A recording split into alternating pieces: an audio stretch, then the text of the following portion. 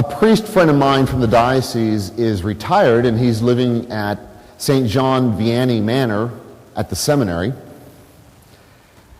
And I'm going to use John. That's not his real name, but I'll use John, just in case it gets back to him. John was a happy-go-lucky guy, and when he retired, he went to a house full of old men, quote unquote.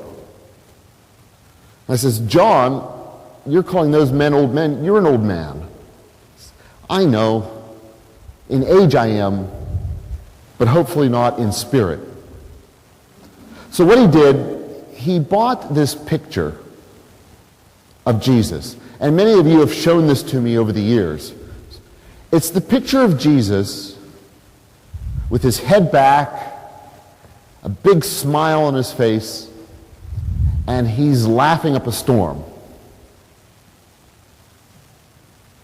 He puts it in the kitchen, and some of the other retired priests, that's not Jesus.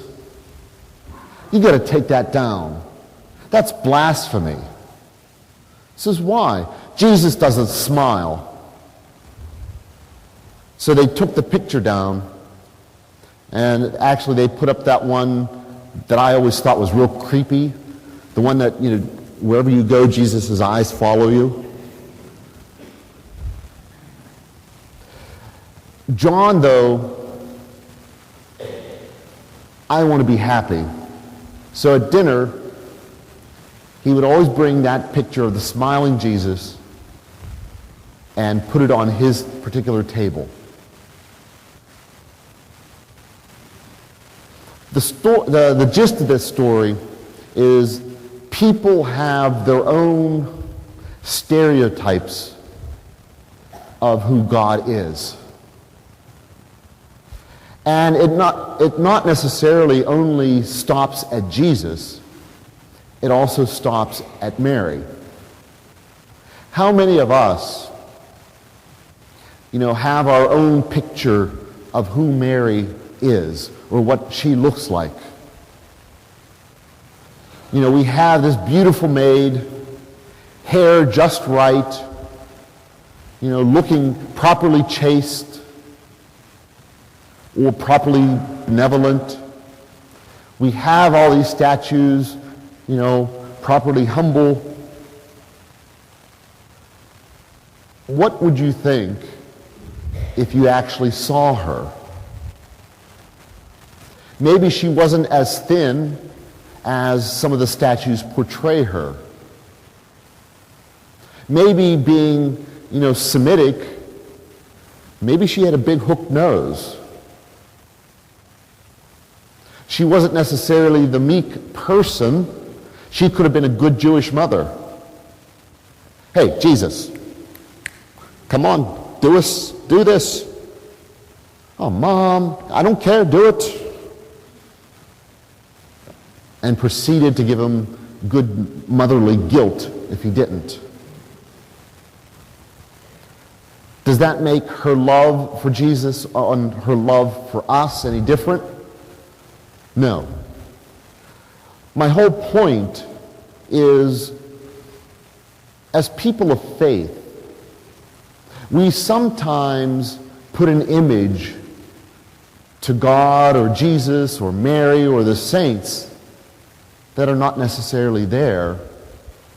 And by doing so, we put them so far beyond our reach that it gives a message about us. What's this feast day about today? Well, Mary being assumed into heaven. Okay. But what does that mean? Well, she was, at the end of her life, God took her body and soul into heaven. Okay. What does that mean? How many of you are thinking more thoughts on Mary, where you should be thinking about thoughts for yourself? Mary Jesus, all the saints, they all have their human qualities. Human qualities that you and I share. If Mary was revered because of her faith rather than her looks, if she was revered for being the mother of God originally rather than being, the patroness of miracles, if she was the one that was revered because she put her trust in the Lord when she really had no reason to, what does that say for us? It says that on a humanly level, on a very humanly level, if what happened to this lady,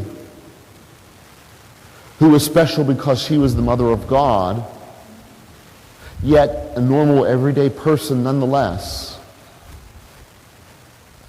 what can happen to us who are ordinary? We don't worship Mary because she's godlike. We don't worship Mary at all. We revere Mary because of who she is. A tough lady of faith, a tough lady of work, a tough lady of love, who in her own way has shown us the model to do the same.